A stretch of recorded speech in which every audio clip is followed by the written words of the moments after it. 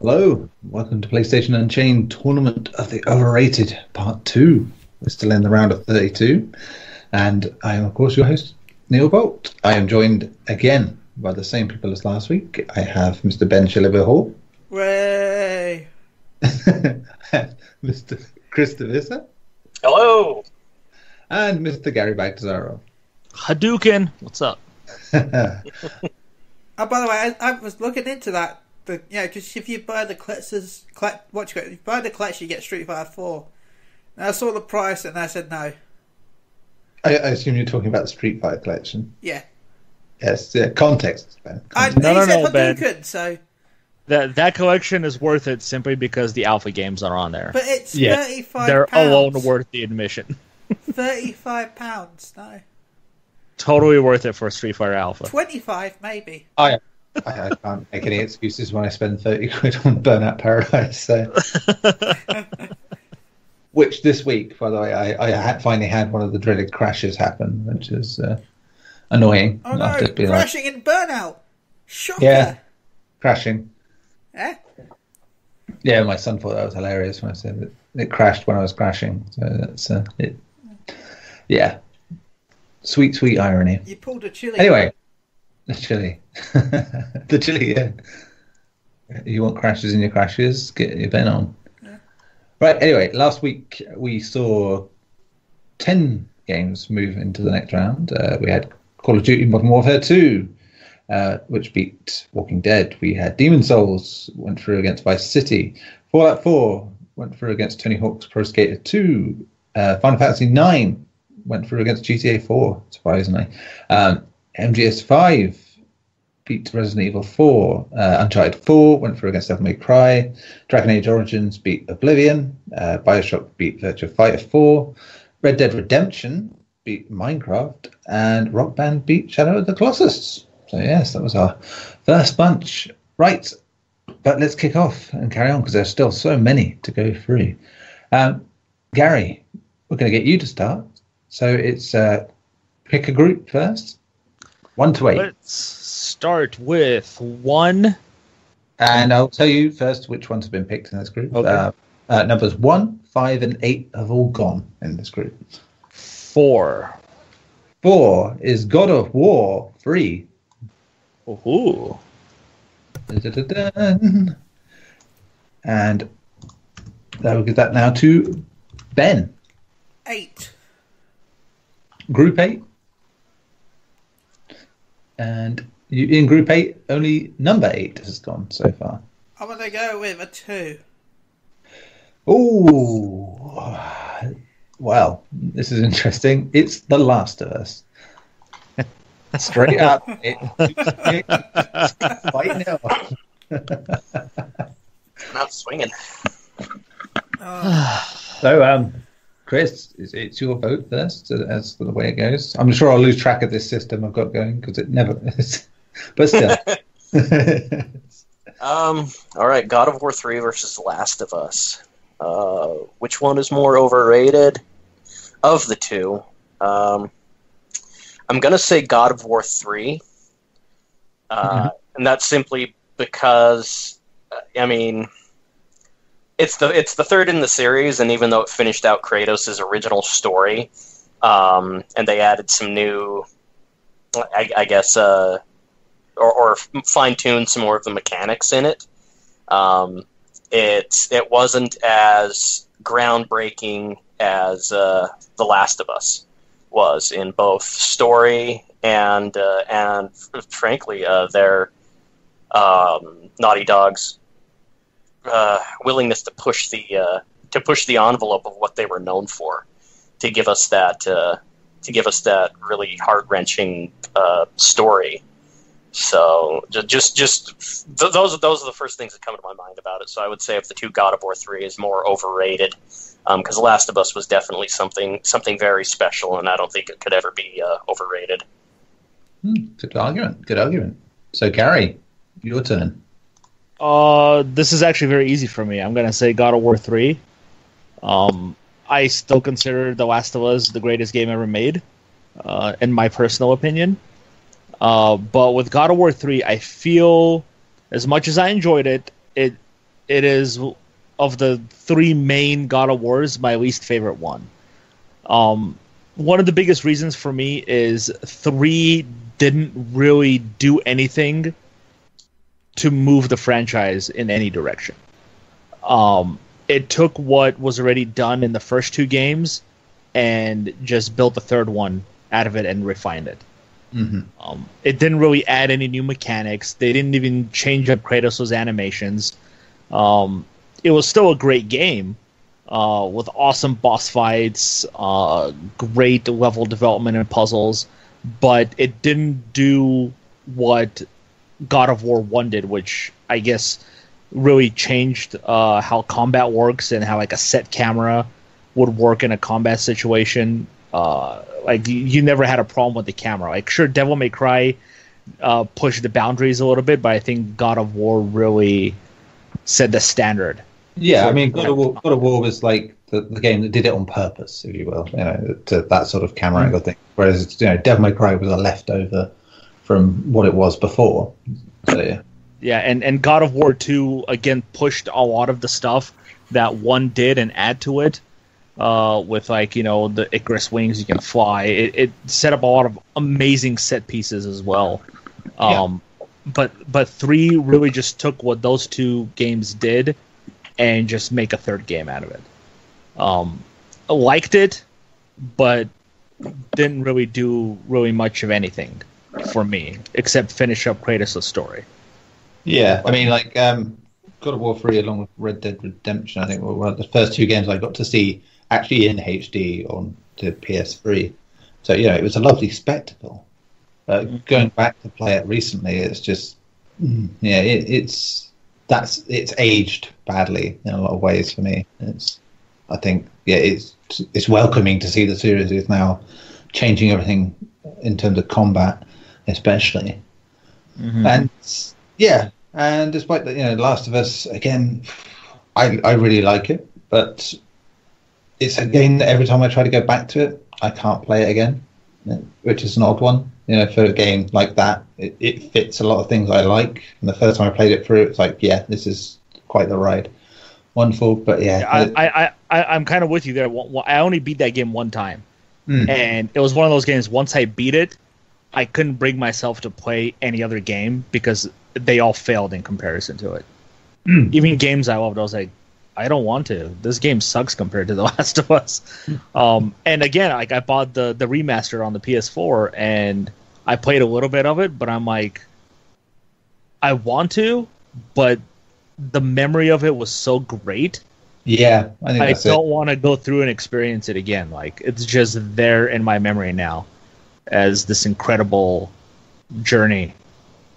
And I'm sure I'll go through it again eventually, but right now, to this day, it's still one of those, this game is too fucking good, and really nothing matches overall what it's done. There are movies like that as well, where you'll watch it once, it's like, it's a really good movie, but it's tough to watch it again without, context and stuff. But yeah, Ben. Well, for me, it's The Last of Us. Dun-dun-dun. Right, no one's shocked at all. I've bought the game. I bought the game on PS3. I just couldn't beat it. I just got bored. And then I tried to buy it. I bought it again on PS4. Got even further in. Got bored. It's just something about the game doesn't click with me. So, it is my most overrated game because I've beaten God of War like 3 or 4 times, and I own it about 3 or 4 times also. So, I'm going to have to go with The Last of Us. Okay. So, despite that, God of War 3 is through to the next round. The Last of Us is exonerated, and I'm sure that's up for debate with many people. But surprisingly, it came up against not the stiffest competition, I think, in that terms. So, there we go. Chris, pick a group. Let's see. Let's go with 3. Group 3, where we have already had numbers 1 and 5. Let's go with 7. 7 is XCOM, Enemy Unknown. Oh, poor Neil. gonna get picked against. This is why I didn't pick XCOM 2, because I've just been very sad, and because it legitimately has technical issues that I couldn't excuse, even if I wanted to. But yeah, not that Enemy Unknown is much better in that regard. But anyway, so it goes to Garri then to pick the next one. 7. Group 7 has so far had numbers 3, 5, and 7. 1. Uncharted 2 is the game. Up against. I'm really sorry, Neil. Me too.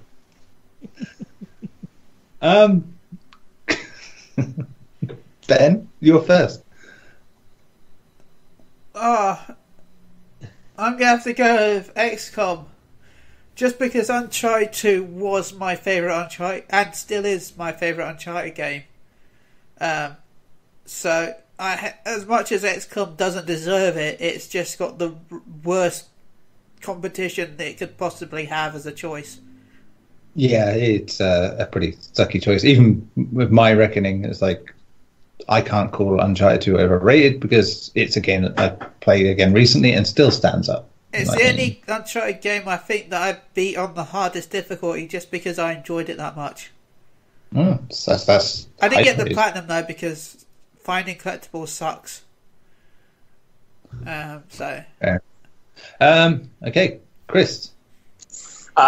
Man, I actually feel like I have nothing else to add to this conversation. XCOM, man, because Uncharted 2 could not possibly be overrated. It's my personal favorite of the series. I think it's the best one of the series, simply because the enemy. Oh my god, I can't think of his name right now.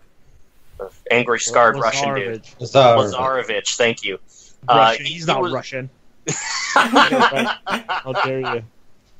But he was. I think he was my favorite villain of the series for sure. He was definitely the most iconic villain of the series. I think the locations were awesome.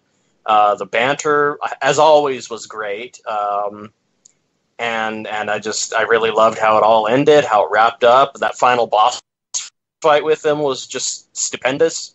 And yeah, I mean, yeah, like you said, it's kind of bad competition for XCOM to go up against. But man, of the two, there's just no contest. Uncharted 2 could not possibly be an overrated game because of how fantastic it is. Still is to this day. So yeah. Okay, Garri. Yeah, agree with everybody else. Sorry, Neil. Uncharted 2 essentially. It didn't put Naughty Dog on the map, but it essentially solidified them as one of the greatest developers of all time. And yeah, I mean, 2 is, like everybody else, is my favorite out of all of them. What they did specifically with the snow, I still remember to this day. Yes. The best snow in any video game. Garry's snow bias again. Yeah, snow bias. If the game has snow, it's going to win, so... it's sad because XCOM was really good, and I think XCOM came as a big surprise to a lot of people. I mean, here's a very old franchise that hadn't seen a game in a very long time, and here comes this new one, and it's 3D, and it's keeping a lot of the old mechanics like permadeath, and it's super difficult, and it did a lot, I think, into bringing that type of franchise to consoles. Oh, definitely. And essentially reviving that franchise. And it was a great, fantastic game, but it's just unfortunate that it's Uncharted 2. Against Uncharted 2. I think any variant of XCOM would have struggled in that regard because the games are good on console, but they are not technically well made for consoles in terms of, they're very slow and buggy in places, and it's annoying, but still so very, very good. Despite that, to be fair though, we could have actually ended the Uncharted 2 argument with one word. Yeah. Chloe. Chloe. Yeah. Dear. Well, I think that makes Naughty Dog out of 3 games so far. Only one has gone to the next round, so showing their quality so far. XCOM, just a note for me, was a series that I played, one of the first PC games I played. So it's a very special series to me anyway. When it came back, and I was skeptical of it because, you've seen shit like Syndicate get remade and God, look what happened there. Yeah.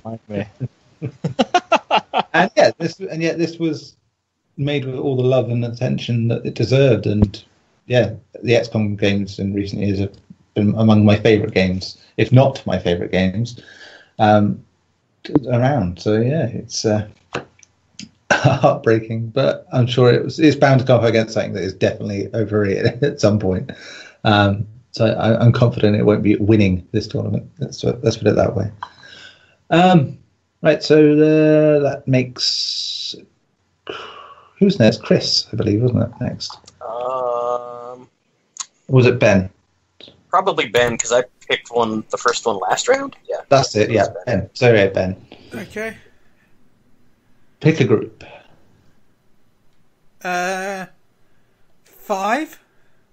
Group 5, which has already had numbers 2, 4, and 8. Let's go with 5 then. Number 5 is Mass Effect 2. Dun, dun, dun, dun, dun, dun. Oh, boy.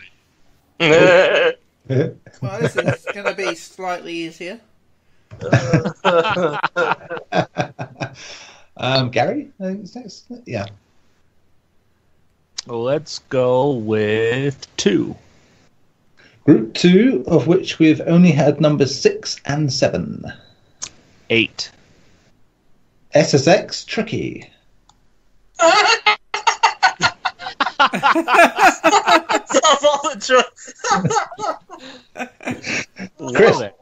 Chris, this is gonna be fun. Go on. Oh my god. I'm gonna have to go with Mass Effect 2 on this one. Yeah, I just simply because again because of their how would I put it? What they did for their respective genres. Like SSX Tricky was just an amazing snowboarding game. I loved everything about it. I used to love playing the old like old snowboarding games, like 2 Extreme, Cool Borders, 3 Extreme. Yeah. Yes. And I think SSX Tricky still stands out among them all. So I think it's a well-deserved that it was so highly rated. Mass Effect 2, though, to be honest, I think the first one is still much better. I know this sounds... I don't know. Like the cool thing to say, the hipster thing to say, but it's really not that. I just... From my own experience, I absolutely loved the first Mass Effect, and I played it all the way through pretty much nonstop because of how good it was. And then I started playing the second one, and I got pretty far into it, but I just got so bored of it. It's I don't know. I didn't care to gather resources with the pods. I didn't care about what was going on now with these characters. I think the thing that really killed it for me was that they tried to make it more like a shooter and did the whole like ammo and reloading thing. And I didn't think that they needed it. That killed it for me. I loved how the first one was, where it was more like an RPG, like a space RPG. And the second one, they're like, oh well, everybody loves Call of Duty. Let's add in like ammo and more action. And no, it doesn't need that. Just make it fun. I don't know. My personal opinion, I just didn't like Mass Effect 2 as much as the first one. So I think it's the more overrated. Yeah, I mean, I'd say it's easy for me in this sense, just because I haven't ever played Mass Effect 1. I played 2 hours of Mass Effect 2, and I've finished and loved Mass Effect 3. So I'm in no position to qualify it, but SSX Tricky, I hate snowboarding, but again, it's a game that's good about snowboarding. So there you go. It wins in my eyes. But Ben, what about you? I'm going to vote Mass Effect 2 has been overrated. I liked 1 a lot more than 2, though I'll admit I liked 3 more than 2. Because they tried to make it shooty bang bang in 2, but failed it. But 3 seemed to balance the shooty bang bang with some of the RPG elements. Yeah. There was still more shooty bang bang than it needed to be, but shooty bang bang, I love it. You liked the multiplayer as well, didn't you? Oh yeah, I Three. loved the multiplayer in 3. That was why I played that game so much. So yeah. Okay. This has to be Mass Effect 2. Garri, it's on you. Mass Effect 2 as well. Like Chris, I got super bored with Mass Effect 2. There's a lot of downtime in that game. Like, I gotta mine this boring mini game to get materials to upgrade stuff. Like, it just wasn't fun at all. It did become a little too shooty. I wasn't a fan of most of the characters. Except for Miranda, I believe her name was, because she was modeled after a very attractive actress. But she also did the voice. But I feel like in a way Mass Effect 2 gave into the pressures of the market to make it a little more shooty rather than more RPG like the first one was. And it did kind of refine what made BioWare games great in at least in the way of, dialogue choices and narrative stuff like that. But it was also a narrative that I think a lot of people predicted very easily. I know I predicted it since the first game. Like, the moment in any of these types of games where you mention an ancient dead race, that ancient dead race is probably going to be the main villains of the franchise. And it kind of became very predictable. But SSX Tricky for me wins because it has snow. So It's the ultimate. No. SSX Tricky to me, it kind of did what, in a way, Burnout did for racing games. Where to me, it gave me a snowboarding game that was fun and arcadey.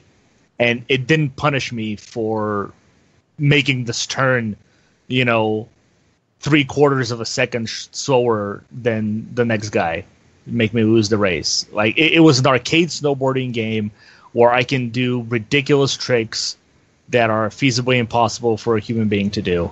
And the characters were fun, the music was great, and it was just a fun game, especially in multiplayer. It was just fun to dick around with your friends, get in each other's way, knocking them down, screwing up their tricks. It was fun. It was an arcade snowboarding game that I enjoyed very much. Okay, so Mass Effect 2 is into the next round, joining God of War 3 and XCOM. Right, Chris, pick a group. Yes, let's do 4.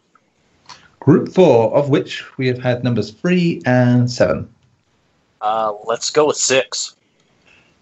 Call of Duty, Modern Warfare. So now there's a couple. Well, now, it's be interesting to see what comes up against this. Ben, it's in your hands to see who is the opponent. 7. Group 7, of which we have had 1, 3, 5, and 7. 4. Castlevania, Symphony of the Night. Oh, man! Good job, Ben. I love you. No worries. So, Garri, Yo.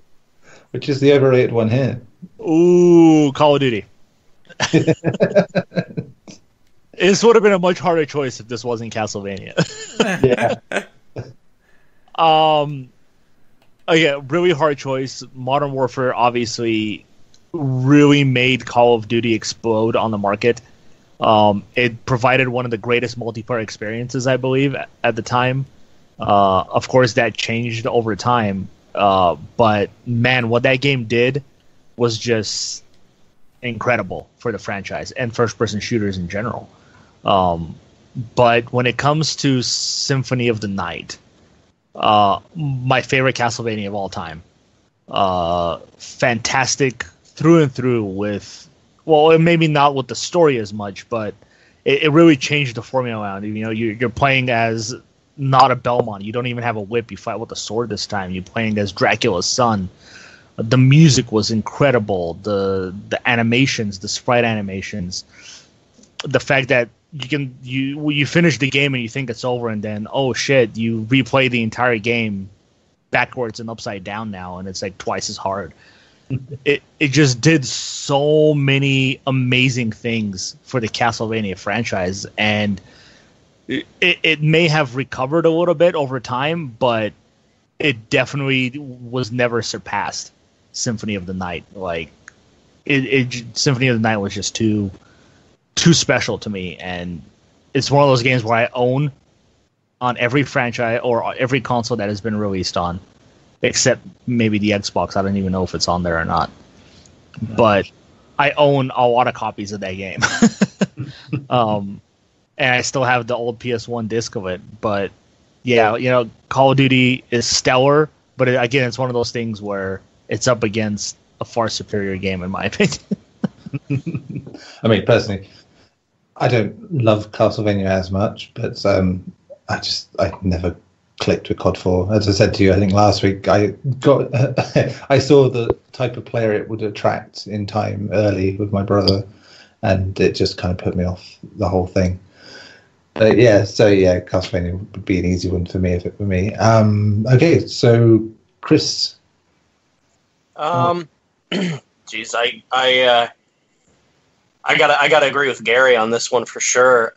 Comparing the two, Call of Duty 4 and Modern Warfare, I think I stated last week that was the game that got me into playing multiplayer online, just because it was so well done. It was so smooth. The controls were so smooth.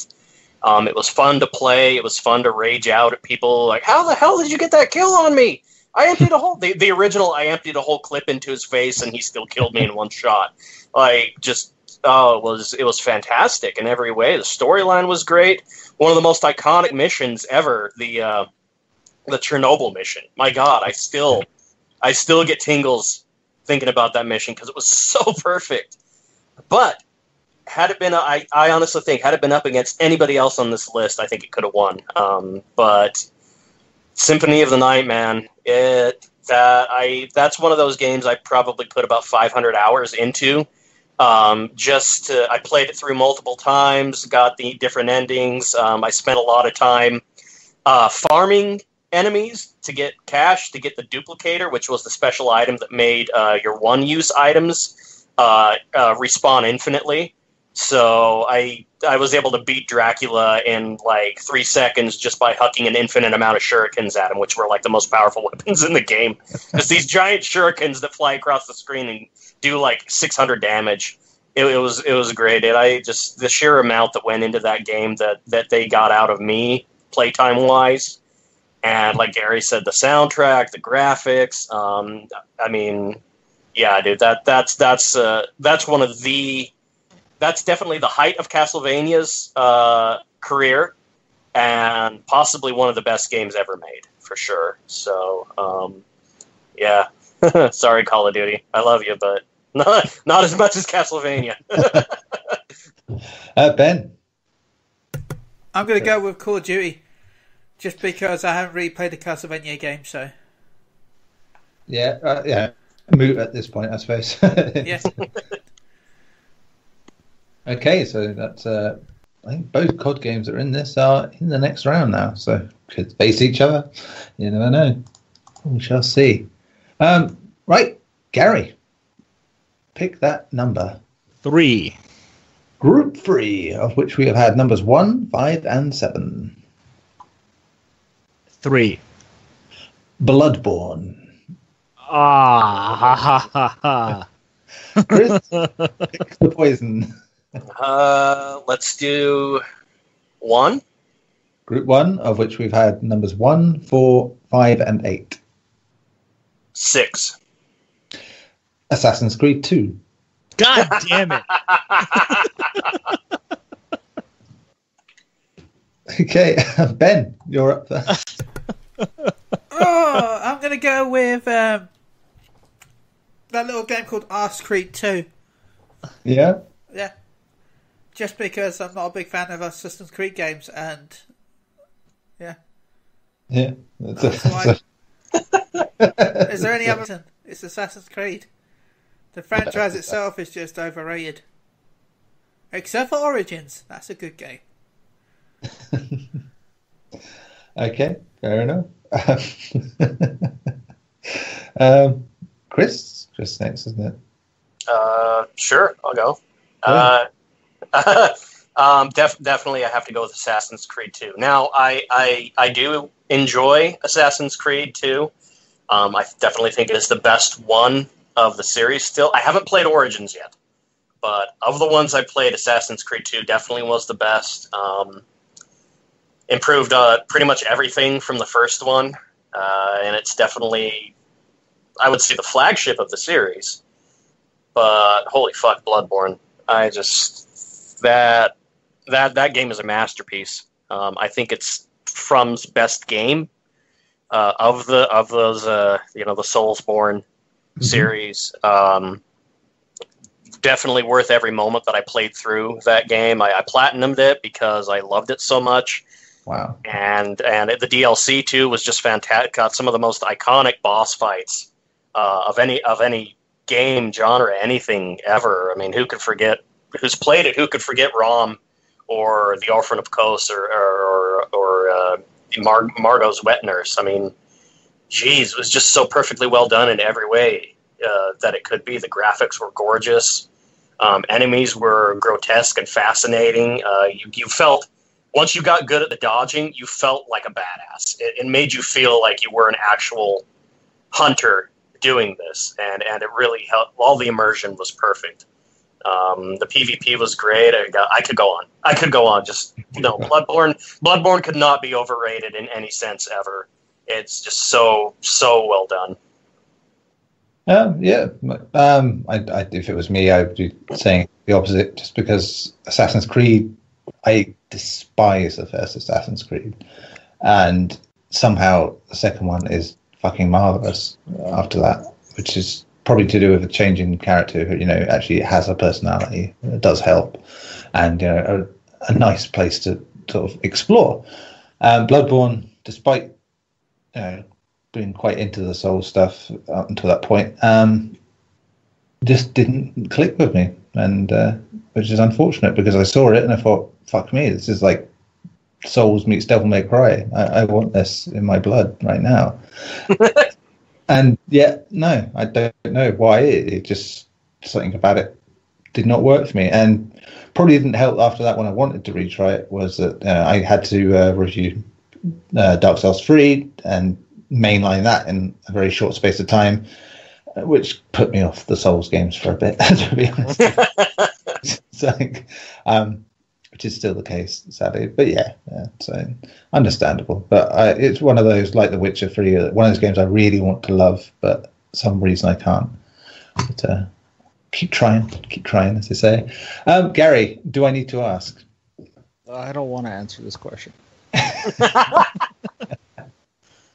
Oh man, I love them both so much. Assassin's Creed 2 is my favorite Assassin's Creed. I haven't played Origins yet, even though I've had it for like 4 months.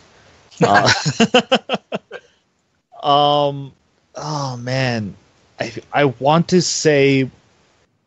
Put it this way: at this point, it's moot because Assassin's Creed 2 is going through anyway. So pick whatever. I might have to say Bloodborne on this one. Yeah. It's my favorite of the Souls games. I did platinum it as well. Mm-hmm. It was just so marvelous. The setting, the gothic, like mid-eastern setting, just was so well done. It's one of my favorite ones. It's one of the reasons I love that game more than the Souls games. I've talked to Chris about it so much. I think it's the setting that really made me love that game that much more, and the fact that it was a lot more offensive rather than a defensive game. I feel like Dark Souls was a lot more defensive, whereas Bloodborne was more offensive. Like, there was no shield to block or anything. You had to dodge instead. And for those who know me, I am a dodger, not a blocker. As Michael Jackson famously said. But Assassin's Creed 2, man, what Assassin's Creed 2 did is it literally took everything that the first one did right and everything it did wrong and fixed it all. Like, it removed all the negatives that the first one had, and it just amplified all the good stuff that it did. Ezio was a fantastic character. Watching his kind of rise to become an assassin was very cool to see. Italy was fantastically recreated. I loved exploring it. I loved running around the rooftops. Great additions to combat, like the dual blades they added in was so awesome. They kind of added a little bit more RPG elements to it. They just refined it in almost every way, and it created one of the greatest, I guess, franchises you can say nowadays. And it was thanks to that game, in all honesty. I just feel like it holds a good special place in my heart. And I think that's probably one of the reasons I'm saying Bloodborne, is because Assassin's Creed 2 to me really did more for that franchise than Bloodborne has done for, I guess, the Souls genre is, I guess, what you can call it these days. I love Bloodborne, but compared to Assassin's Creed 2, I feel like Assassin's Creed 2 has led the way a lot more than Bloodborne has. Bloodborne has taken everything that's made those games fantastic and made it even better. Yeah, fair enough. Cool. So that's Assassin's Creed 2 through to the next round. So far, then, 5 games we've had: God of War 3, XCOM Enemy Unknown, Mass Effect 2, Call of Duty 4 Modern Warfare, and Assassin's Creed 2 have gone through so far. Ben, you are back in time now to pick a number. I will go with 6. Group 6, which has had numbers 2, 4, 6, 8. Who do we appreciate? 7! 7. Well done. We've ruined it by congratulating ourselves, but still. Final Fantasy X. Oh boy! Congratulations, an easy victory again. Chris. Let's go with 2. Group 2, which 6, 7, 8 are all gone. Let's go with 5. Prince of Persia, The Sands of Time. Huh. Okay. I don't remember anything about that game at all. I do. I remember quite a bit. You are thinking the right one, Ben, aren't you? We're not talking the spin-off from the Jake Gyllenhaal film. Okay, then, no, I don't remember any of it, because I'd never played the PS2 ones. Well, Ben, that's unfortunate, to say the least. Eric, what's your pick? Mine? Yep. Yeah. Ooh.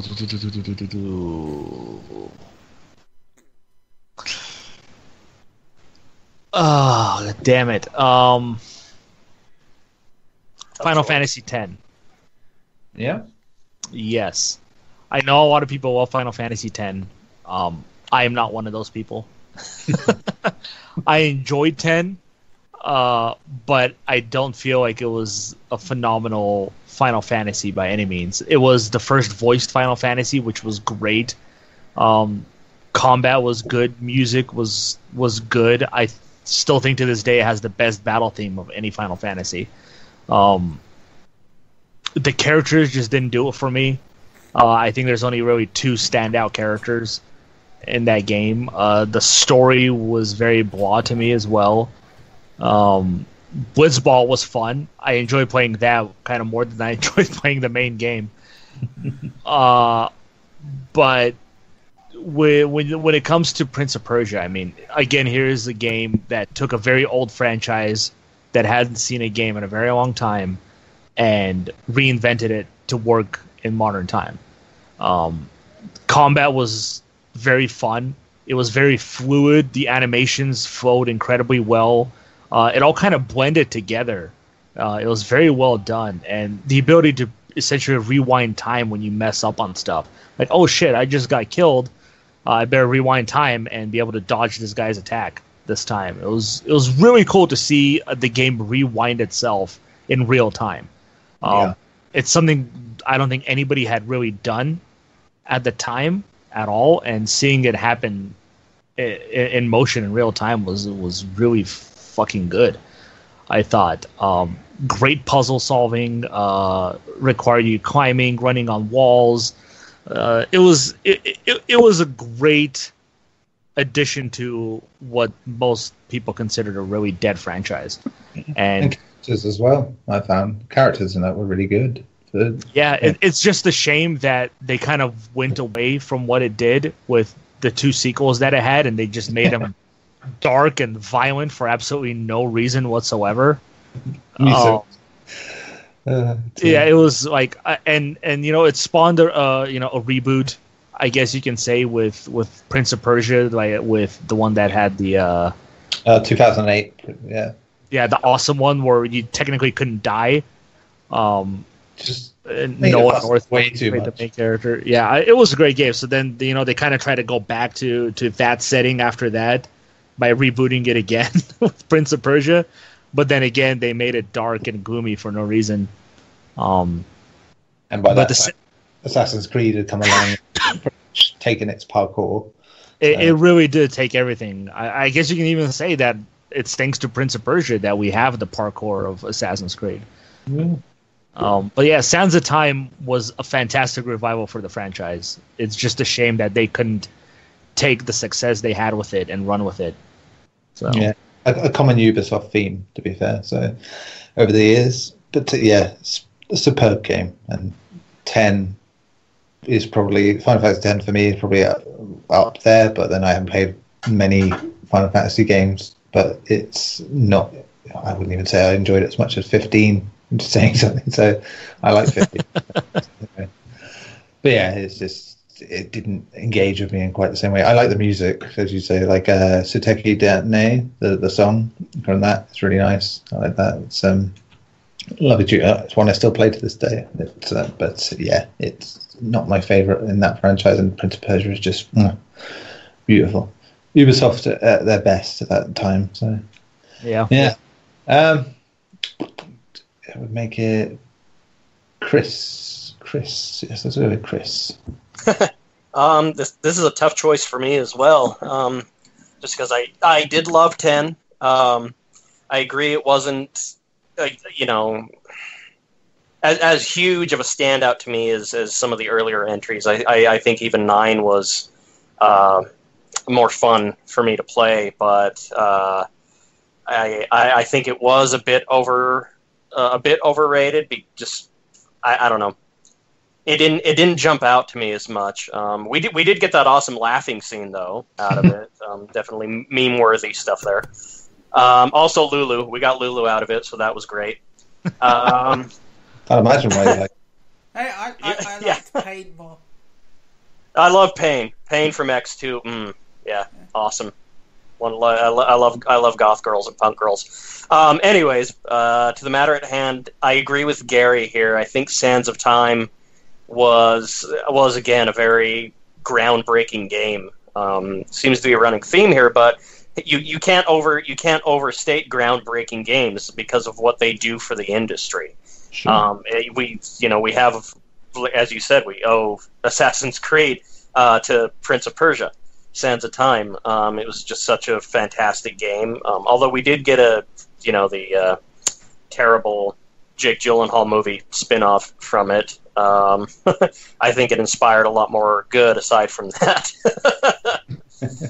So yeah, I'll go. But between the two, like I said, tough decision for me. But I do think that of the two, Final Fantasy X is more overrated. Yeah, fair enough. Ben? I shall give my answer as a quote from the game. Ha ha ha ha ha.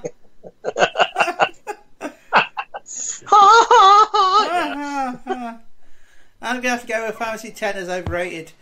With the limited open world aspect, which in my opinion is one of the reasons why 13 ended up being a corridor simulator, because we went from slightly open world with 10 to pretty linear with like 12 to 13. So yeah, I want to say that 10 was the start of a downward spiral, in my opinion. Or one could say, downward spiral. Very good. Good. So yeah, Fantasy X was my overrated game, because I don't remember anything of Prince of Persia, so I can't really say if it's good or bad. I know it had a guy that wore like orange and blue. It's, somewhat correct, I suppose. Okay, Final Fantasy X. That's great. So Garri, pick a number. 8. Sate. That well-known number. It's like 7, but it's just not quite 8 yet. Like the three options you want to rate something a 7 or 8 is Sate. 7.75. Yeah. It's the new rate. I'll tell you what, we'll put that on PSU for next week. The new rating system, not 7.5, it's Sate. You're welcome. Anyway. He's a Satanist. Oh God. We've had numbers 2 and 8 out of this one. Let's go in the middle. Let's go 5. Metal Gear Solid 2. Oh boy. Well, wherever it goes against, I feel bad for. Chris. Let's go with...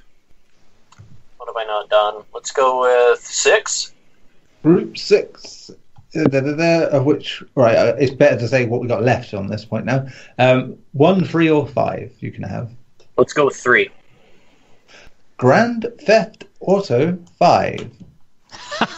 Yes! I can kick this shit out, probably. Yes! Keep it in, Ben. That's what you mean, surely. So. Whatever, I don't care.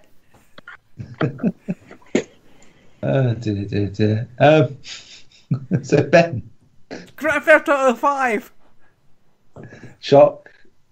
Or. I'm so happy I could say those words in a sentence. The online, though, I'll give the online is really good. Everything else, no. Fuck off. No.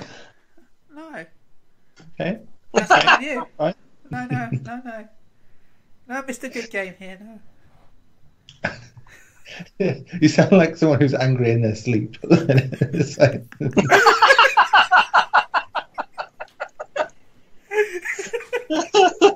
Oh, Mummy, don't. No.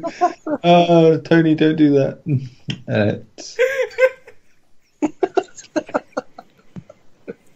That's my peanut butter. Alright. That was your school today.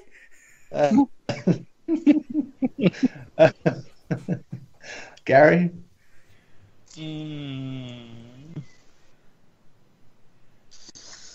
Oh yeah.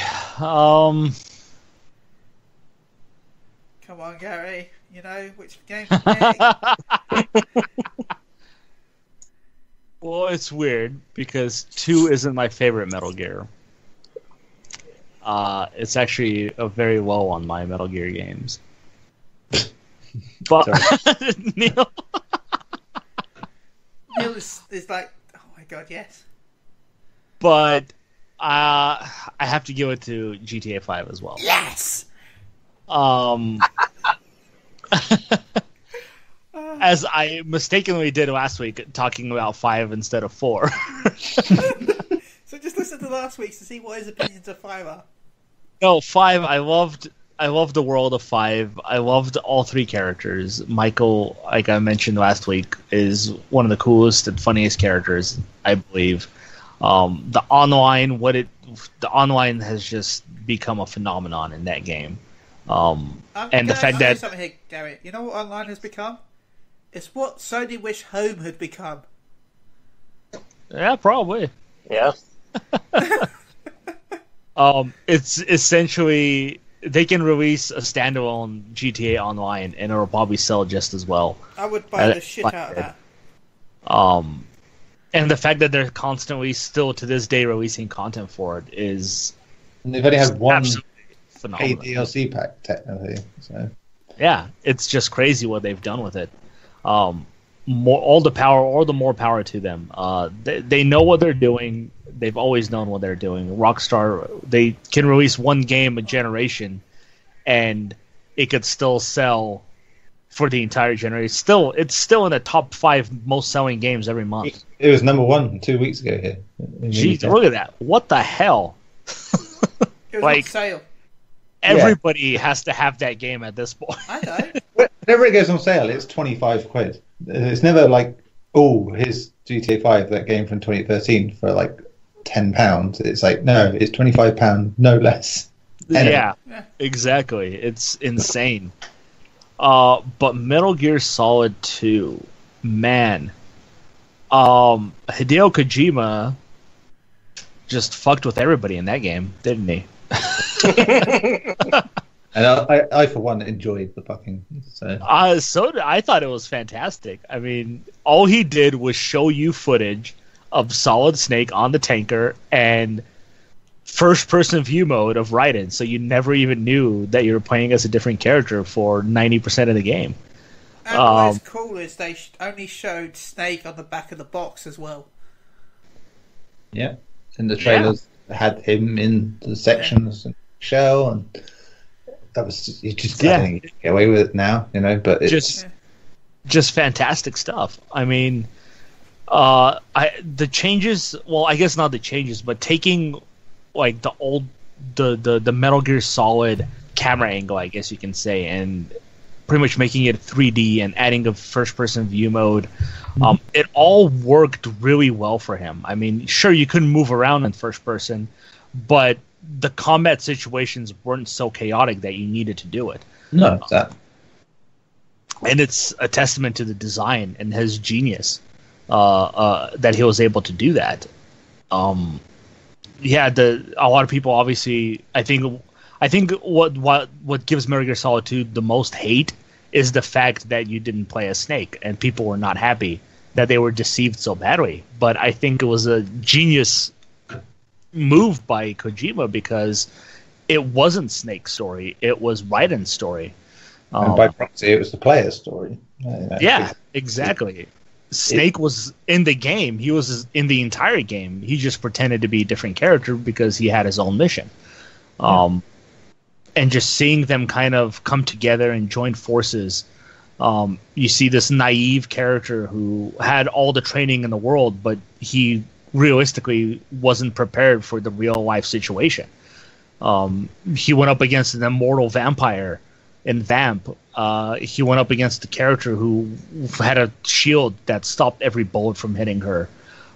These are situations that he wasn't prepared for, and the way they played off of his character and how Snake constantly had to come in and save him during these moments was so well done. And obviously, I do feel that it did go a little batshit crazy in the story.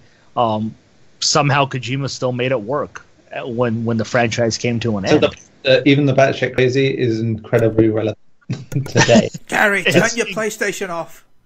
It is very relevant today. It probably wasn't as relevant when it came out. People weren't as well. It probably was, but people just weren't paying attention. Now it has got more relevant as time. It's weird. Yeah, because the internet has become this thing. We've only seen recently with what Facebook have done with data and manipulation of that data.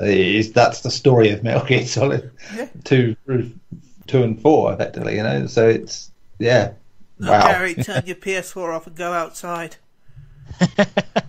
Yeah, it was great stuff. He tried to recreate some of those moments with Psycho Mantis where it's like talking to you, the player breaking the fourth wall. Fission mailed. Also, I love that bit with the little Raven doll. It's like, Raven? How did he? Oh, it's just a toy. In fact, I panicked when I saw that toy the first time I played it. Yeah, because you see the giant shadow of Raven, I think, what? And then realise it's the little toy that shoots little minigun. Mhm. Yeah, So it's just it did a lot for the franchise. But like I said, it wasn't my favorite, but I appreciate what it's done, and it should still be considered one of the best Metal Gear Solid games, and or games of the PS2 era. Yeah, I mean, I'm glad I don't have to vote on this, even though I know what my pick would be, which is Metal Gear Solid 2, because Metal Gear Solid 2 is my favorite game of all time. So I wouldn't pick that.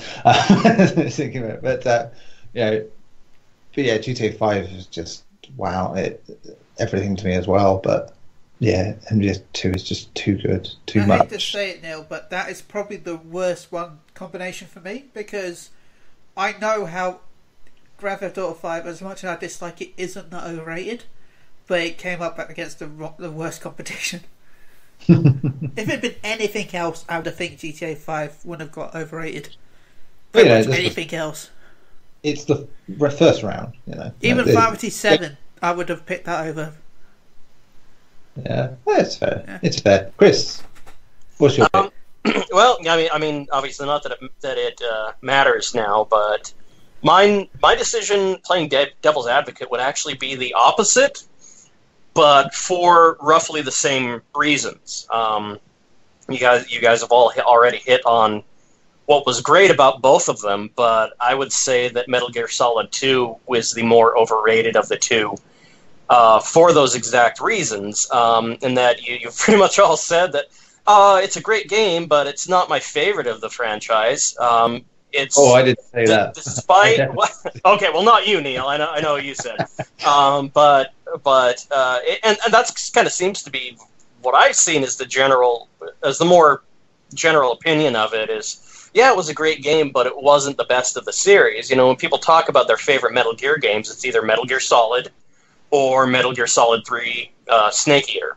But it's, it's still a great game, but man, like Garri said, look at what Grand Theft Auto 5 has done. It's just not stopping. It's how can 100 million people be wrong? It's just such, it has staying power. Trevor is the iconic character of Rockstar at this point. I mean, Trevor embodies Rockstar. It's insanity. It's gruesome. It's hardcore. It's just that's what Rockstar's games are. And Trevor is like my favorite character of the entire series at this point because he was just the embodiment of not giving a shit about anything. Whereas, Metal Gear Solid 2, yeah, I mean, all the points that Garri made were spot on. It was fantastic. It's relevant. It's a mind fuck to play once you get later on in, and you're just like, what the hell is going on? But it wasn't Metal Gear Solid. It didn't have the gripping stories that made you love Metal Gear Solid, that was the passion that was behind Sniper Wolf and Raven and Gray Fox and the final confrontation with Liquid Snake. It didn't have all that. It had Metal Gear and it was Raiden's story, yeah, but and it was graphically improved. It was great. About the best character that actually had any depth was Olga. Was that her name, Olga? Yeah. Yeah. That was she was the character that had the most depth out of all of them. Yeah. But it was, I don't think story-wise, I don't think it was as good as the first Metal Gear Solid. So I'm gonna have to go with Grand Theft Auto 5 as being the less overrated. But like I said, obviously my opinion doesn't count now, but I'll keep that in mind for future rounds here. Yeah, this is it. All I'm going to say is, go on. Don't tell me that none of you didn't get incredibly impressed by how hairy Olga's armpits were. That's Garri's thing. How dare you? Yeah, I will counter your argument, Chris, by saying, yeah, but did Metal Gear Solid have a roller skating fat bloke who were drinking wine? I rest my case. God damn it. Did it also have a vampire? Who wasn't a vampire. But yeah, it's sad. Okay, so yeah, GTA 5 into the next round. Ben, it is your pick next for match 18. Okay, I'm going to go with 2. Group 2. You can have anything from 1 to 4. Let's go with 4. 4. Street Fighter 4 is your pick. Or would be if I could undo what I just did. Sorry. Ah, dear. Numbers. And that would mean Garri is the 5. 5. I like. Okay, my cursor is going weird, so it's picking up far too much. Group 5, again, only 4 options. 1, 3, 6, or 7 you can have. 1. Dragon Quest 8.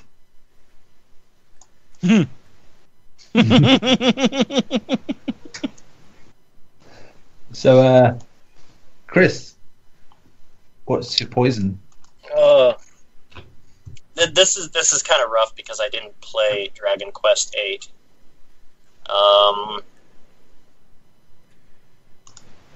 Man, that's hard to say. What was the first game again? Street Fighter 4. Street Fighter. Thank you. Even though I didn't play Dragon Quest 8, I'm gonna say that Street Fighter 4 is the more overrated of them. Yeah. It was. God, I don't know. I like Street Fighter 4, but I think that was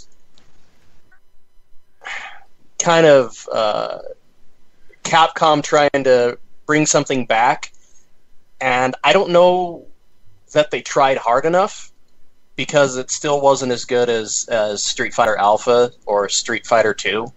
I mean, I'd still rather pick up one of those games any day before Street Fighter 4. I like the design of the characters.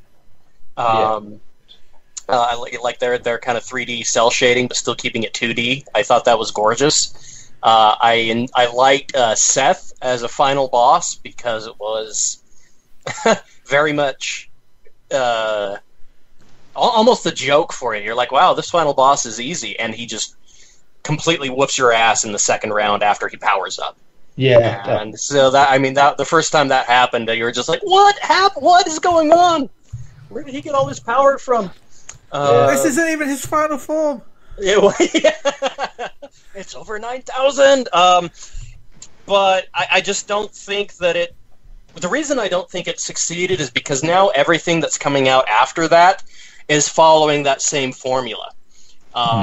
With Street Fighter V, with Marvel vs. Capcom Infinite, it's just not...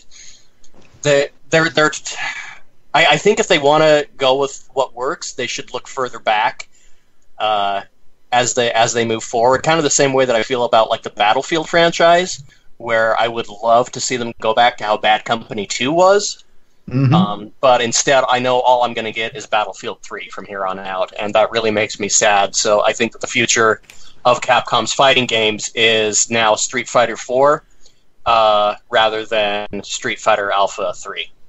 So that's why I would consider that overrated. What I do know about Dragon Quest 8 is that it's Akira Toriyama's art, and that is always a win for me. So yeah, Street Fighter 4 is my overrated game. Ben. I'm going to have to go with Street Fighter 4 for the exact same reasons as Chris said. I was going to say it like content, but I was thinking of Street Fighter 5 there. Same game. Same damn game, that's my point. Street Fighter 5 is a far better fighter, in my opinion. And I was so hyped for Street Fighter 4, and it disappointed on multiple levels. It got better when they put later versions out, but then I think the last version they did for PS4 was just an awful port. Just like, after everything you did to get it right, you then fucked it up again, just as it was Ultra complete. Arcade, wasn't it? Yeah, it's a shame. Which you get for free for pre-ordering Street Fighter Collector's Collection thing. On the plus side, it did introduce Crimson Viper. It became one of my favourites. But yeah, Dragon Quest VIII is just, well, I loved it. And I'm not a big RPG guy, but yeah, I just fell in love with that game and its style and its characters and their stupid accents. It was superb stuff. Gary, care to close out this? This is easy. Street Fighter 4. Street Fighter 4 was supposed to be this big revolution for the franchise, and in a way, it kind of was. But I also feel like Street Fighter 4 was incredibly unbalanced. And yeah, they balanced it a little bit further in with all the different versions they released, but I just felt like a lot of the characters just didn't cut it for me. Sagat is my favorite character, as you guys know, and he was so overpowered in 4 that I felt guilty using him. Yeah, I can attest to that. I fucking hated Sagat. Ken's in that game. Yeah, and it was like, I as I mentioned before, I've come to the conclusion that they don't know how to balance that character. He's either too powerful or too weak. They can't find a balance for him. Yeah. And, like you mentioned Seth, and I get that you want to have the super difficult boss fight at the end, because that's what fighting games are supposed to have. It's supposed to be a challenge to beat the final boss. But I felt Seth was just so stupid hard that I didn't really care to even beat him. And I had no enjoyment of beating him when I actually did. Like, I don't think he was a good character at all. Like, he doesn't fit Street Fighter, in my opinion, in any way. And the sooner he's out of the franchise, the better, personally. I did love the art style of 4. I really did. I loved the kind of cartoony look and the over-exaggeration on the character's face when they got hit by a lot of attacks. That was great. But it just felt, because it went 3D again, that it just felt like it was a little slower than I'm used to with Street Fighter. And to me, 4 just really didn't bring back the franchise that I was hoping, like the way I was hoping it would. Yeah. Especially with all the competition out there with Tekken and Soul Calibur, Guilty Gear, like Arc System Works has pretty much taken over the fighting genre when it comes to 2D fighters now. And yeah, Street Fighter 4 was a 2D fighter with 3D characters, but it was a 2D fighter. And to me, it just didn't stack up. And we saw that it didn't succeed because Capcom didn't have enough money to make 5. They needed help, which is really sad. But yeah, it was like the opposite problem with 5 as well, because the core game was really good. It just didn't start with enough to go with it. And anything they added sort of messed with that in a way as well. Yeah. But Dragon Quest VIII, my God, man, one of the best PS2 RPGs. It's probably the best Dragon Quest game, or Dragon Warrior, however you want to call it, easily. Yeah, you have Akira Toriyama's art, but it's just so much more than that. A beautiful open world adventure. The graphics to this day stand out so well, and it works. Like, they even released it on the 3DS, and it looks worse than it did on the PS2.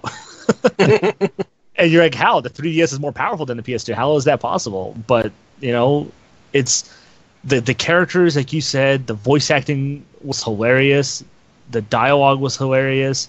It was just overall so good. Like, it's the most basic combat system you can possibly have, but yet somehow it never got boring with it. I mean, I don't know.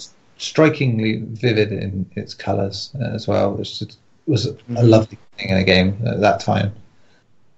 Yeah, it's overall one of the best RPGs that Square Enix produced.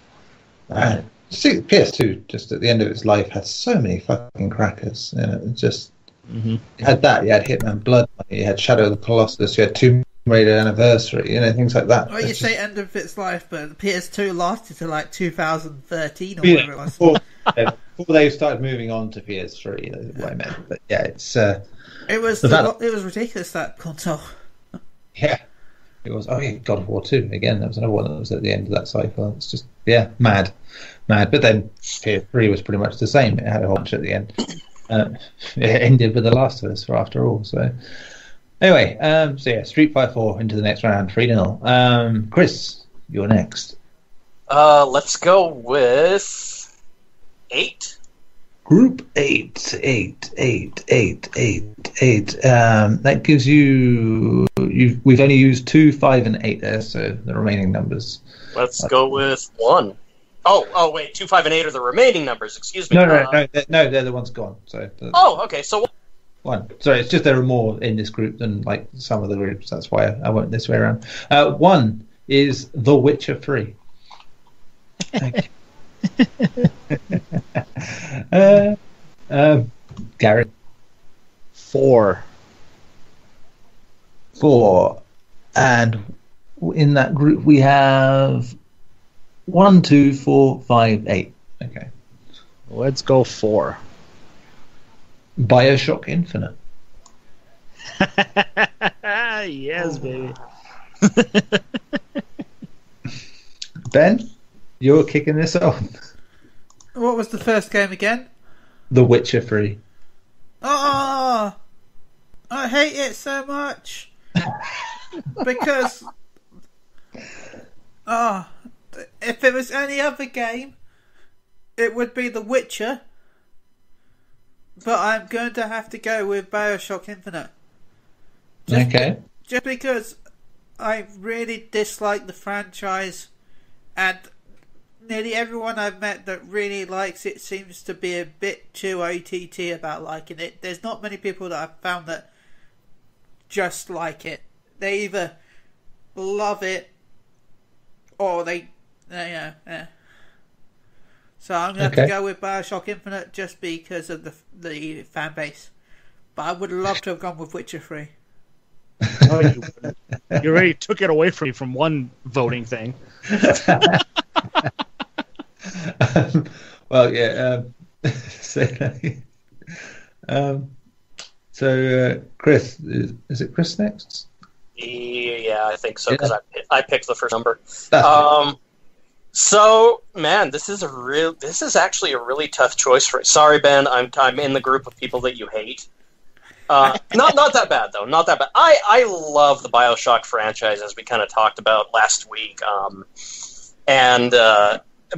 But it pains me to say, as much as I like Bioshock Infinite, I'm going to have to go with that one being the more overrated of the two, because I mean, man, what can you say about The Witcher 3? It's one of those perfect fucking games. I haven't even finished it.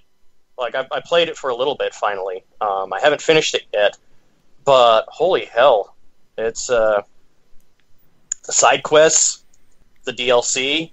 You can get the Game of the Year Ultimate Edition with everything. Usually super cheap, at least once a month on Good Old Games. So if you don't have it yet, there's no reason you shouldn't have it on PC. If that's your poison. Yeah, current sale here in Europe, I believe, as well, for about £16 for the lot. Yeah.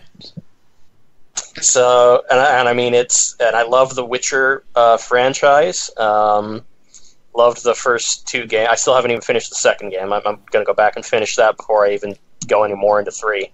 And I love the books.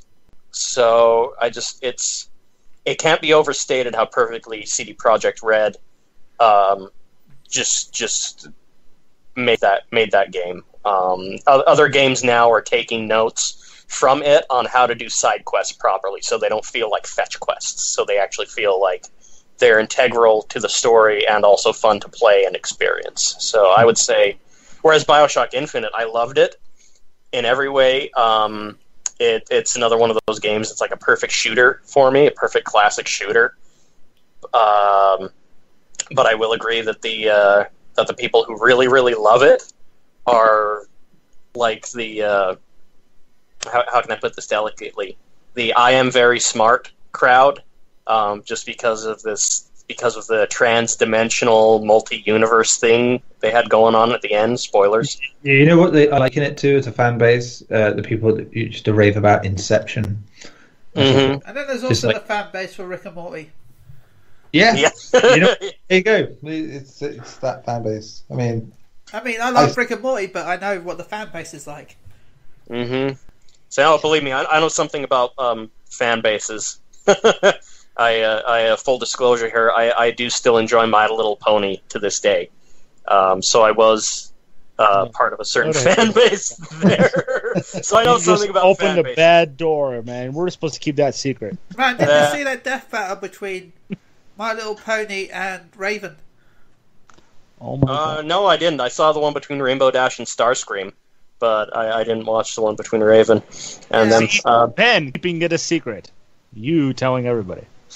What? No, it was on my most feature. It's like, have you seen this? I said, oh, okay then. No, I mean, you know, I am not ashamed of what I like and who I am. So I've got nothing to, if people want to bitch about it, fine, let them bitch about it, whatever. But back on track here, yeah. Bioshock Infinite, I loved it, but I only played through it once because I only felt like I had to experience the story once. And that's it. I'll balance everything out. Fuck Witcher 3. Send me the hate emails instead. There we go. There we go. I took it off you, Chris. Thank you, Ben.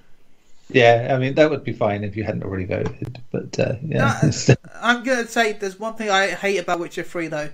It's they promised all that free DLC. To me, all the free DLC they promised just felt like cut content that they just wanted to add over time. A lot of what CD Projekt Red get praised for is merely because everyone else is so fucking bad at it. That's it, which is fine. It's good. But I do worry that will come back to bite them in the ass in the future if they don't follow a certain pattern. Because to me it just felt like, what we'll do is we've nearly finished this content, but rather than release it as an update like everyone else does, we'll just call it free DLC, and people get excited that they're getting some free stuff that would have been added anyway, probably. Yeah, that's what you've done that.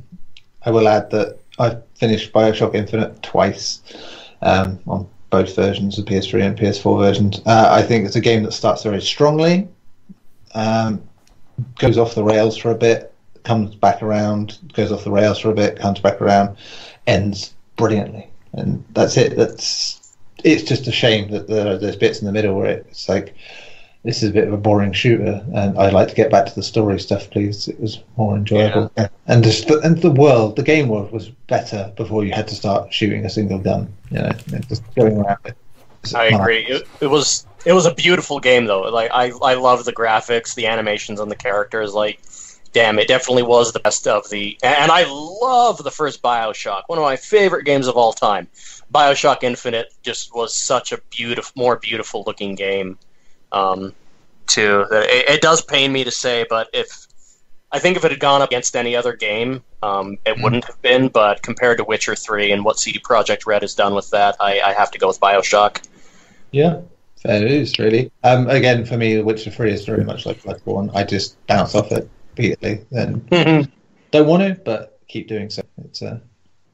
But yeah, Bioshock Infinite is probably my preference in this one for not getting knocked out. But hey, my vote is not in this one. So Bioshock Infinite is through to the next round. Joining Bioshock, actually. Bioshock 2 is... Wait, Garri didn't give his opinion. He did. He did? If he did, I guessed it. Let's put it that way.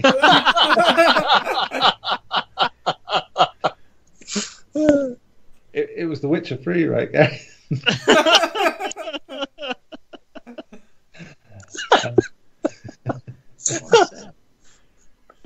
Oh my God. I'm trying to be fair. I literally just typed out Bioshock Infinite wins 3-0. We already know Gary's opinion on it. So. Yeah. Well, don't get me wrong. I actually really liked Bioshock Infinite. I don't know how much you like The Witcher 3 sets. Yeah, I know. Yeah, but I enjoyed Bioshock so, Infinite. if you want to vote it.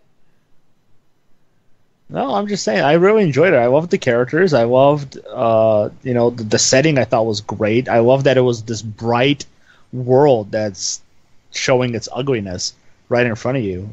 Very well done stuff. And clearly they fixed the shooting mechanics, which is the biggest problem I had with the first two. But yeah, no, I really enjoyed Infinite. If it was up against any other game, it probably would have not gone through to the next round. I like the DLC as well, actually, for Infinite. It goes back. Wish I would have played it. Oh, no. Actually, is the PlayStation Now version that have the DLC? Is it like the Game of the Year one? Don't think it does. Damn it. But yeah. What about the collection? Does the collection have all the DLC? Yeah, for every game. I think like 2 has Minerva's Den, I think, as well, which is another good DLC. Yeah, the Infinite DLC, which deals with that whole Infinite versions thing at the end of Infinite by showing you an alternate version of the characters in a universe we already kind of know. So it's cool and interesting and throws up another interesting twist at the end of it. So it's a cool one. Mm-hmm. Right, 20th match, Ben. Go. 4. Group 4, which has you can pick 1, 2, 5, or 8. 8. Chrono Cross, or Chrono Cross, depending where you come from. And Chris. Let's see. Let's go with Group 1. Yeah, which has 2, 3, or 7. Let's go with 2. God of War. God of War. I don't recall. I don't recall that one. Which one was God of War? God of War. Did that come out after Ascension? Is that Yeah. God of War? They had to name it twice. Well, now there are going to be 2 God of War. I was emphasising the point that it was God of War. So there you go. So Garri, Chrono Cross versus God of War. Chrono Cross, easily. It's probably the easiest decision I ever made in this thing. I think Chrono Cross is the most overrated Square Enix RPG ever. Wow. I played it on the PS1. I hated it. Then I rebought it again, thinking that I was just mentally dumb, and I've had couldn't that understand many times. why people liked it. So I rebought it as a PS1 classic and played it on my Vita, and it was just as bad as it was when I remember it. Wow. I thought its combat was boring, very confusing to get into. They don't explain anything at all very well. A stupid amount of characters for no reason that join. I think it was like 80 characters can join your party. Like, I get it if it's Suikoden, because that's kind of like the thing that it's known for, the 108 stars of Destiny. But in this game, like, there's just no need. I'm sorry. But the story, I thought, was boring. It looked pretty for a PS1 RPG, that's for sure. But it was like Final Fantasy X's world without the Final Fantasy X characters. So better then. You would think, but like they had like the same types of outfits, like even like the NPCs looked kind of the same.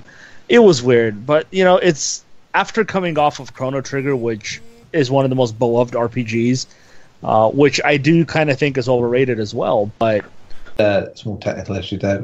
Garri picked Chrono Cross, and you may have heard a bit of that, but in case you didn't, Garri, a summary of why. It's boring.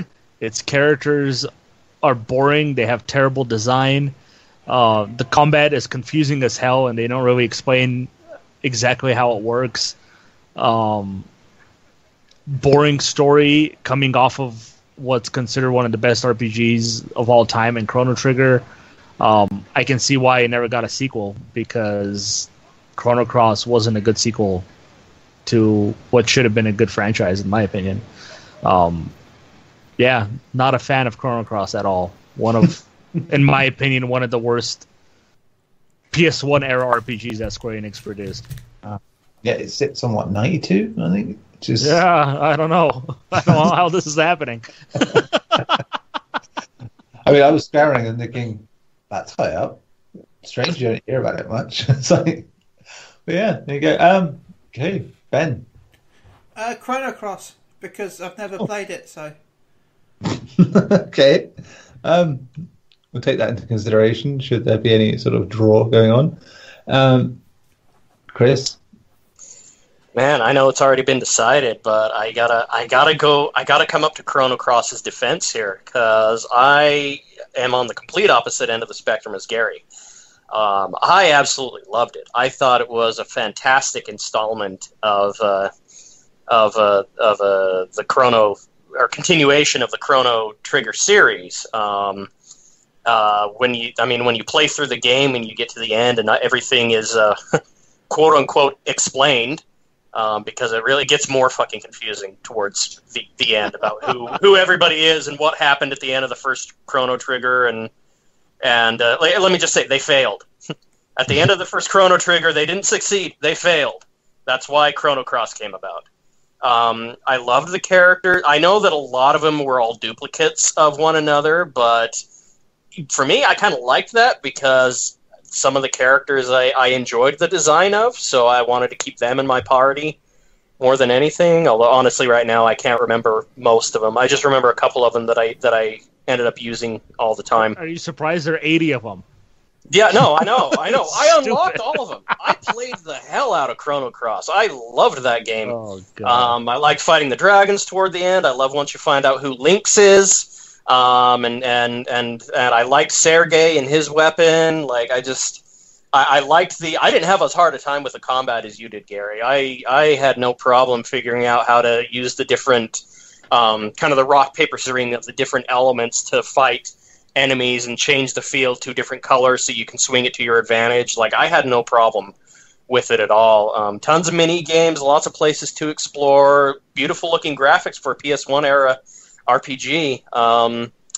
I think it was an absolutely great sequel, but unfortunately, we didn't get any sequels after that, and Chrono Trigger's kind of died off. I for one, don't think Chrono Trigger is overrated. I loved that one too. I missed it on the Super NES, but I did play it on the Final Fantasy Chronicles that came out for the PS1, and that was my first taste of Chrono Trigger, and I absolutely loved it. I played through that multiple times for all the different endings and things like that. Oh. So, no wonder I'd never played Chrono Cross before. Never came out in Europe. Oh, there you go. But you didn't miss much, Ben. Yes, you did. But I am going to agree here and say that Chrono Cross is the more overrated one because God of War was such a huge step forward in gaming when it came out, and it was a surprise hit. It was a surprise of how good it was, and the character and the storyline and everything. I mean, originally I don't think anybody saw that coming. Well, yeah, how successful it was going to be. If I remember hearing it rightly, it was originally pitched to Microsoft. Mm-hmm. Until Microsoft decided to turn it down because they didn't think it'd sell. Because Microsoft don't know a good game if it hit them in the face. Yep. But it's okay, they got Sea of Thieves. Yeah! You mean the game that's only 2 points above NAC 2 in terms of score? Which is like one of the weaker Sony exclusives. Or should we call it No Man's Seas? Oh, snap. Or Cracking the Piss. Yeah, man. Dude, there's the first God of War. Another groundbreaking title in the extreme action combat. It did, like you said earlier, it did everything. It took everything DMC did, or Devil May Cry, I should say, since there is a DMC now. It took everything the first Devil May Cry did and improved it, and now everybody is a Greek mythologist because of that game and 300. You know, can I just say something really fast? I feel really bad for David Jaffe because here is a guy who wants to make small indie games, but every one of them that he's released have failed. But when he goes and does a big AAA game that he really doesn't really want to do, they're massive successes. And it looks like he's pretty much on his deathbed when he's done with them. Like watching the making of God of War and seeing him like when the first video they recorded like pre-production, and then at the end he looks like he's pretty much OD'd on coffee and he's about to die at any moment. I think it's the thing with God of War though, because look at the new God of War game. The guy looked like he was dead. Corey Balrog, yeah, he looked exactly the same with the second one too. Like he's all happy and nice, and then he's like, "Just ask your damn question. Let me move on." Taking to wear his grandma's glasses as well by the look of it in recent videos. It's just God of War, it's such a good game that you actually have to sacrifice your age to make it real. You have to make an actual life sacrifice to release it. To get over 18 Metacritic, you have to give away 20 years of your life. It just occurred to me that God of War 2 came out well after the PS3 had come out. I think it launched here the week before the PS3 launched in Europe. Yeah. And God of War was like 2005, which is I think 3 days ago. Yeah, 3 days ago it was 13 years old. So it's like even that was a late game. By that point we'd had 3 Grand Theft Auto games done well. We'd had the Devil May Cry's and all that, and just man. God, PlayStation 2. What a console. Well, greatest console of all time, in my opinion. Yeah, I mean, when you look at how long it's spaced out great games, it's just ridiculous. Absolutely ridiculous. Look how long it made games. It had FIFA till, 14? Yeah, I think it was there. It surprised me. Because they were just porting the Wii version over. Wii! Don't know why. Right, we're going to do one more for this week, and then we'll do the last batch next week of this round. So, Garri, you get to pick the first game from this one. Go ahead, pick a group. There's still games in every group. Let's go 3. Group 3, which has just the 4 games. You can pick from numbers 2, 4, 6, 8. Who do we... Let's go 8. Overwatch. Congratulations, whoever comes next. I'm sorry, got Chris. A free pass. Unless Fortnite, then it's going to be fun.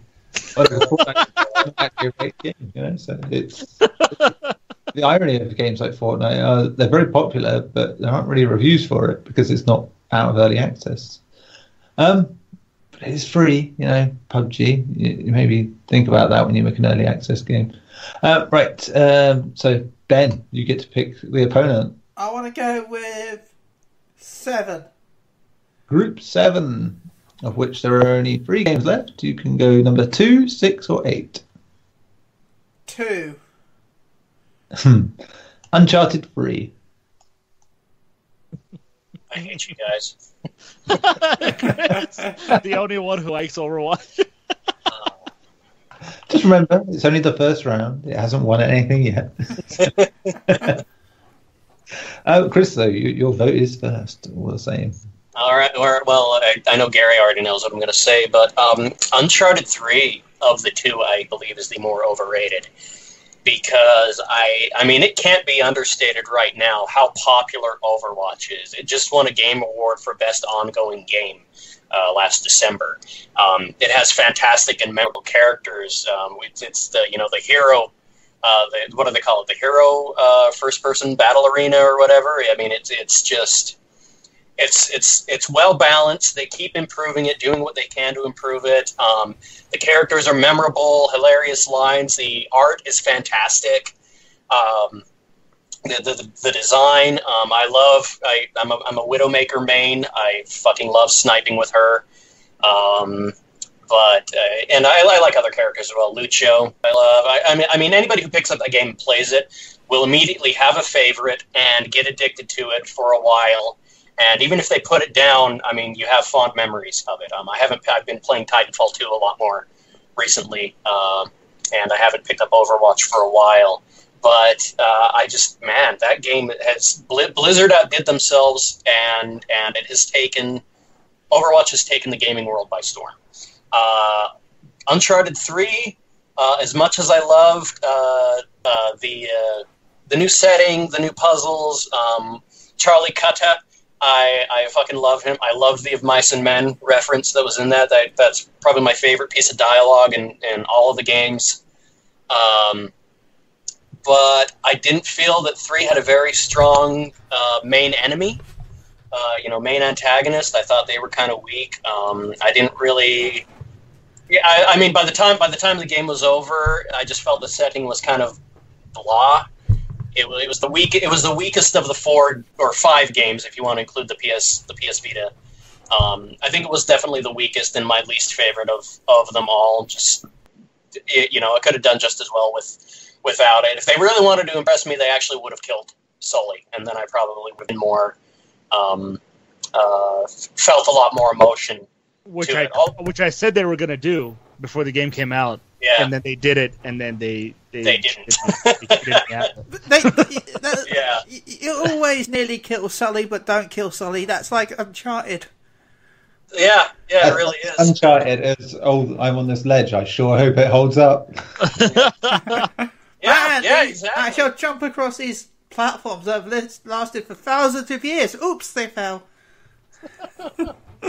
So yeah, I'm very obviously, I think Overwatch is fantastic, but Uncharted 3 is a little overrated compared to it. Okay. So yeah. It's a good argument. Garri? Oh, don't hate me, please. I have to agree with Chris. I have to go with Uncharted 3.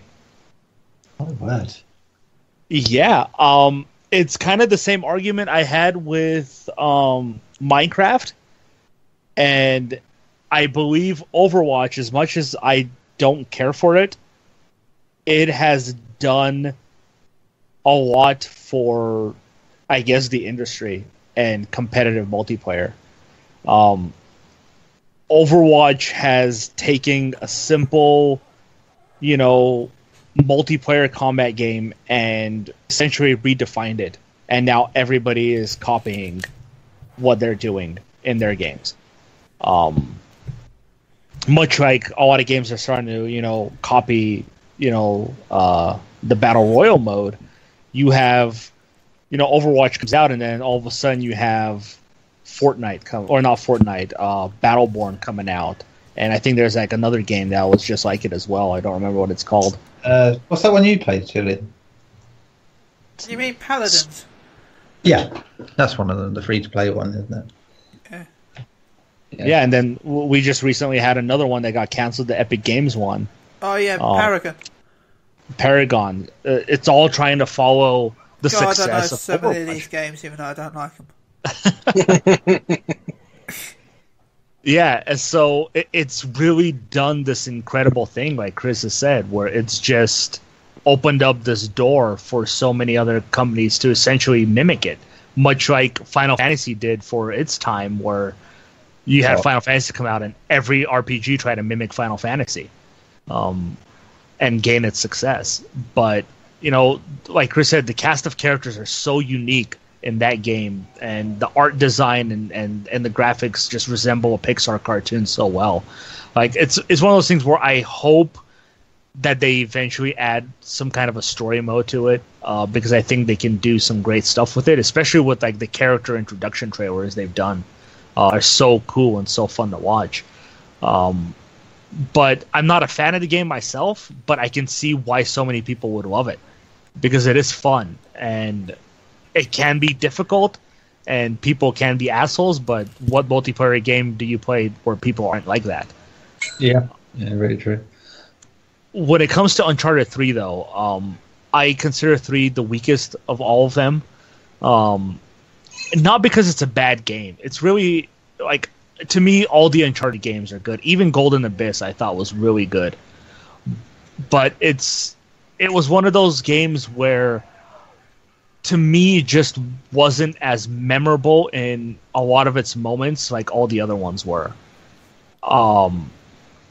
You have like the great scene with the cruise ship That was a very memorable scene, and I think they try to kind of recreate the train sequence from 2 with it, but just kind of on a different setting and location. Yeah, and I think the problem with that is that it was a whole section that just came out of nowhere, really, compared to where the story was going. It just sort of like, oh, we're on the journey of this, now we're going to take a sidestep. No, so we we're can do on this. a boat. As much as I fucking love that section, but yeah, it doesn't. Yeah. Which is But I will disagree with Chris when it comes to Uncharted 3, where I actually think the story in 3 is the best one. Really? Yes, I love the villains in 3. I loved Cutter. I think he's the best character they introduced and then forgot about in 4, which made me really sad. Yeah, I agreed that Cutter was an awesome character. Carl was amazing, and they should have more of him. But I enjoyed it. I like that they kind of went... when it came to the final boss fight, you had the first game, which was kind of, get behind cover, shoot, move, behind cover, shoot again. And 2, where, he's kind of like immortal and you're just running in a circle, hitting him whenever you can with bombs. Whereas 3, they, in a way, kind of combined it, but also made it very cinematic. I don't remember the guy's name that you fight.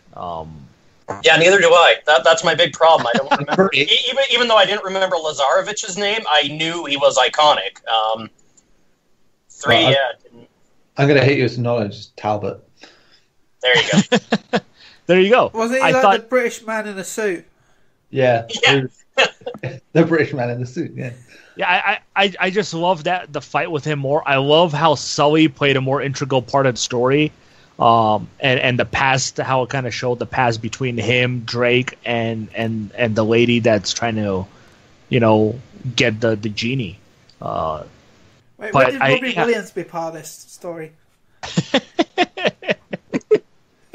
I'm sorry. I just felt like the story in 3 was the best one out of all of them.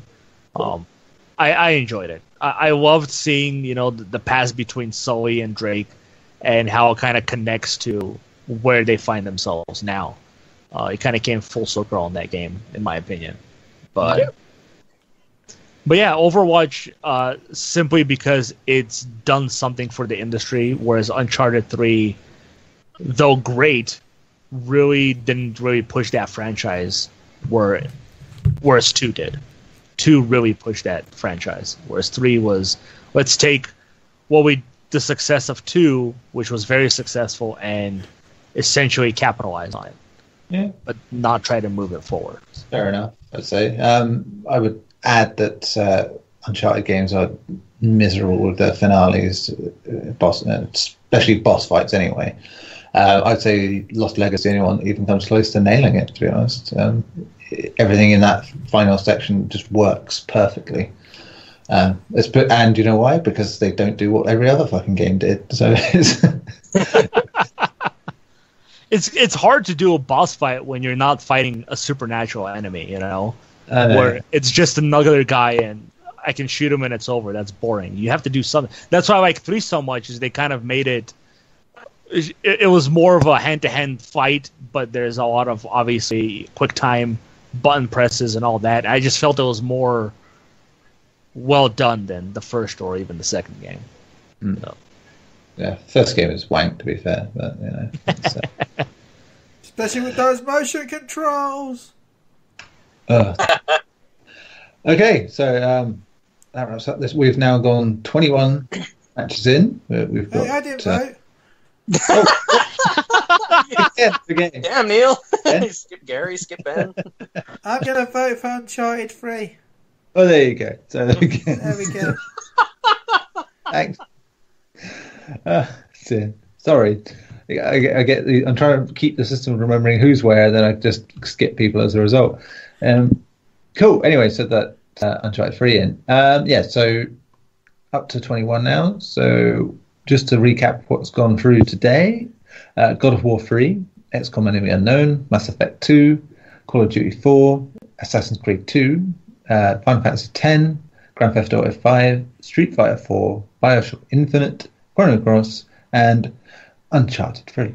There you go. It's I'm going to piss off some really big Square Enix fans. Well, Naughty Dog fans maybe even, because that's now That's 2 games now in the next round. So, to be honest, the 2 least considered, I suppose, in Uncharted 3 and 4. So it's a shame because I think 4's got a very good story. To be honest, that's the way it's going to be. Yeah, both Uncharted's won 3-0. There you go. Okay, so yeah, we've still got games in every single group still, which is amazing. It's just a couple with just 2 in, but still, it's the last round is going to be fun. There's some heavy hitters still to come. Entire franchises that haven't appeared, and certain very popular games that could be drawn against some very popular games. And I will enjoy that, especially if the likes of Tim are on, which could sway certain franchises one way or the other. Cool. So that is us for this week. We'll do quick shout-outs. Chris, shout-outs and contacts for you. Shout out to Tim. Miss him. Want to get him on here again. And of course, my wife who puts up with me doing this, and any well, I don't really have any contacts right now, but if you would like, I am still writing. I've got some reviews coming up for PSU. You can find me under the author Chris DeVisser. And yeah, that's it. I do. Garri. You guys, of course, for having me on. All the listeners for constantly listening to me and putting up with me. Fonzie, he's coming back next week, I hear. I'm excited about this. It could be bumper if everyone's on next week. I probably should have done more today. Go for 11 games, 11 matches next week. I'm curious to see how his ketchup cake came out. That looks disgusting as hell, but okay. Tim, of course. I hope he's able to join us again soon. Yeah. Yeah, that is. Ben. I want to shout to Klaus Nightbringer at Phoenix Down Radio. Go check out www.phoenixdownradio.com. Shout out to twitch.tv/InvolvedMails, your girlfriend's favourite streamer. Shout out to Afonso for being awesome, and yeah. Yeah, I'll do. Yeah, you can tweet us at pod_unchained if you want to disagree with any of the things we said here. Me and Ben will be the only one that really notice it. I always pay attention. But yes, if you want to go there for that and make any suggestions on what you think maybe should have happened, because I'm sure there's a bit of debate over some of those. And yeah, as ever, thanks everyone for listening. We'll, of course, continue this next week. The week after, I'm not so sure because we also have to do a very large wrestling podcast that week. Yes! That's Sunday. So we will have to take a break. We may take breaks between rounds just because certain things are happening in the industry and we need to talk about them. And I heard there's an E3 at some point. We should be done before then, to be fair. Okay. I mean, if we've gone... We should do 3 weeks, this round, and then it's only half the matches on the next round. And probably get more argumentative as we get down to games that everyone doesn't like. But it's which games do we dislike more? Which one of these is more of a bastard? Yeah. But yes, it will be interesting. Yeah. So until next week, tatty bye.